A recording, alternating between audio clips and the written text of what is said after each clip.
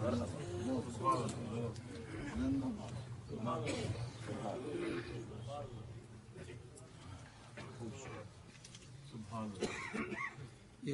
چودھری محمد بشیر صاحب قادری نے 400 پاؤنڈ میلاشی کے پیش کیے ہیں، اور یہ دوسرے بزرگ جنہوں نے 300 پاؤنڈ پیش کیے، ان کا اس میں گرامی بھی محمد بشیر ہی ہے، یہ کتنے 300 ہیں۔ اور یہ راجہ عامر صاحب نے ایمبلم اسٹیٹ سے 100 پاؤنڈ پیش کیا میلاشی کے لیے۔ 100 پاؤنڈ جی، یہ چودھری محمد یاسین صاحب نے 100 پاؤنڈ، چودھری محمد یاسین قادری نے 100 پاؤنڈ میلاشی کے پیش کیا ہے۔ حاضرین کرام، حضرت مولانا نے نسب رسول پر گفتگو کی ہے۔ دور حاضر کے دانشور اس بارے میں کافی منفی قسم کی رائے رکھتے ہیں۔ وہ کہتے ہیں نسب کوئی چیز نہیں ہے۔ میں پہلا سوال ان سے یہی کرتا ہوں، اگر نسب کوئی چیز نہیں ہے تو بدلتے کیوں پھرتے ہو؟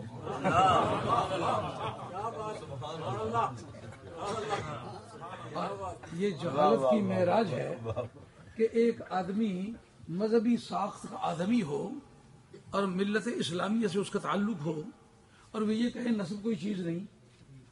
جس وقت حضور علیہ الصلوۃ والسلام کا وصال ملان ہوا ہے، سب سے پہلے جو مسئلہ چلا ہے وہ خلافت کا ہے نا، تو خلافت کا پہلا جو مرحلہ ہے وہ طے کس طرح ہوا؟ الائمۃ من القریش، قریش کہاں اور سید کہاں؟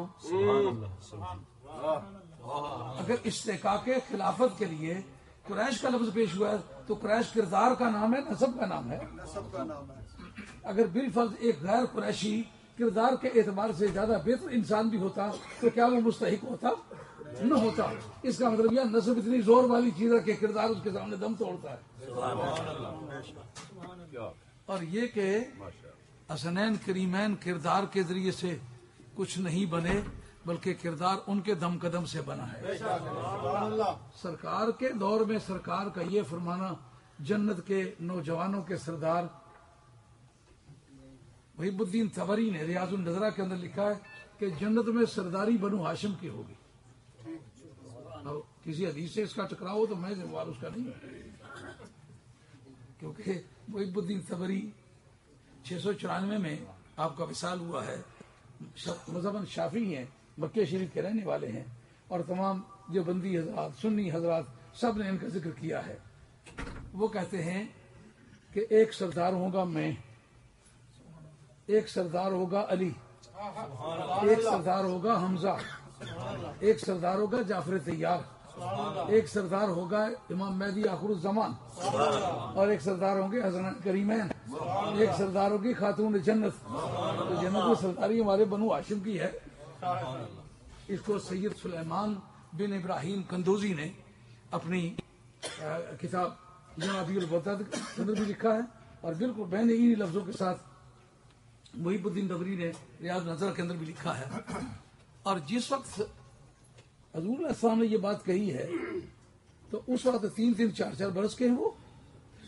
حضور کے سال کے وقت یہ دونوں نابالغ ہیں، ایک 4 سال میں پیدا ہوا ہے، ایک 3 سال میں پیدا ہوا ہے، یعنی غزوہ بدر کے وقت بعد حضرت کی شادی ہوئی ہے، تو 1 سال بعد حضرت امام حسن پیدا ہوئے ہیں، اور 1 سال کے بعد حضرت امام حسین پیدا ہوئے ہیں، تو ایک 3 سال میں مارد وجود میں آئے اور ایک 4 سال میں۔ تو سرکار دو عالم علیہ السلام کا وصال ہونے کے وقت ایک 7 برس کا ہے اور ایک 6 برس کا ہے۔ اچھا، جو بھی ان کی عمریں ہیں، لیکن بلوغت کی عمر میں کوئی نہیں ہے، البتہ تحمل حدیث کی عمر میں ہیں۔ یہ بات بڑی یادگار ہے۔ تدریب الراوی، شرح تقریب النواوی، علم المصطلح، تحمل حدیث کے لیے کتنی عمر چاہیے؟ علماء عراق کا فتویٰ ہے جو تمام علماء کے نزدیک بہت بڑا 5 سال کی عمر میں تحمل حدیث کر سکتا ہے، اور اس پر محققین نے تحقیق فرمائی ہے، کہا کہ اگر اس سے پیشتر اس کی چشمے شعور کھل جائے تو اس سے پیشتر بھی حدیث جو ہے وہ تحمل کر سکتا ہے۔ ہزارہ مسائل جو عوام میں اور طرح مشہور ہیں لیکن اہل تحقیق کے نزدیک اور طرح مشہور ہیں۔ مثال کے طور پر امام بخاری جیسا آدمی لکھتا ہے منظار نبی صدر فی حیات مالی مان مطالع ہے، لیکن علامہ بدر الدین عینی کو اس سے اختلاف ہے۔ انہوں نے کہا کہ کوئی آدمی ایمان کی شرط کے ساتھ دیکھے تو یہ تو شعور کا زمانہ ہوگا. تو حضرت محمد بن ابی بکر تمام محدثین کے نزدیک سے ابھی ہیں، لیکن سرکار کا جو وصال ہوا ان کی 8 مہینے عمر ہے. اس کا مطلب دیدار کر لے بیڑا پار ہے، صرف بے ایمان ہو کے نہ دیکھے. اور لکھا ہے علامہ بدردینی نے کہ سرکار دو عالم صاحب کے حجۃ الوداع کے موقع پر مختلف دور دور کے رہنے والے لوگوں کو یہ اطلاع ہو گئی کہ سرکار کا یہ آخری حج ہے. حضور نے کیا حج یہ کیا ہے. یہ جو حجوں کی رسلنگ لگی ہوئی ہے نا، مسجدوں میں مکیاں بن بنا رہی ہیں، مدرسے برسیہ خوانی کر رہے ہیں. سنیت جو ہے وہ شیعہ کی طرح جلوس نہیں نکالتی یا حسین یا حسین، لیکن ہے اس پر بھی وہی وقت ہے. سنیت پر اتنی غربت ہے کہ پوری دنیا کے جھوٹے مذاہب کو کسی نہ کسی ملک سے پیسے مل رہے ہیں، لیکن سنی کو تاریخ نہیں بتلاتی کہ پہلے دن سے لے کر آج تک 8 آنے کسی نے سنی ہونے کے نام سے دیے ہوں. مشہور نامی گرامی سنی عالم ہے جس نے پہلے سنیت کا کام کیا، اس کا نام ہے حضرت امام حنیفہ. امام حنیفہ کس کا مرید ہے؟ حضرت زید بن علی کا. زید بن علی کون ہے؟ امام عبد الکریم شارستانی نے کتاب الملل والنحال کے اندر جلد اول صفحہ 155 میں لکھا ہے کہ یہ حضرت حیدر کرار کو سب سے افضل سمجھتے تھے، اور یہ جانتے ہوئے کہ یہ آدمی حضرت حیدر کرار کو پوری امت میں افضل سمجھتا ہے. علماء کرام کی خدمت میں عرض کروں گا کہ جلسے سے فراغت کے بعد یہ میری کتابیں ضرور دیکھ لیں.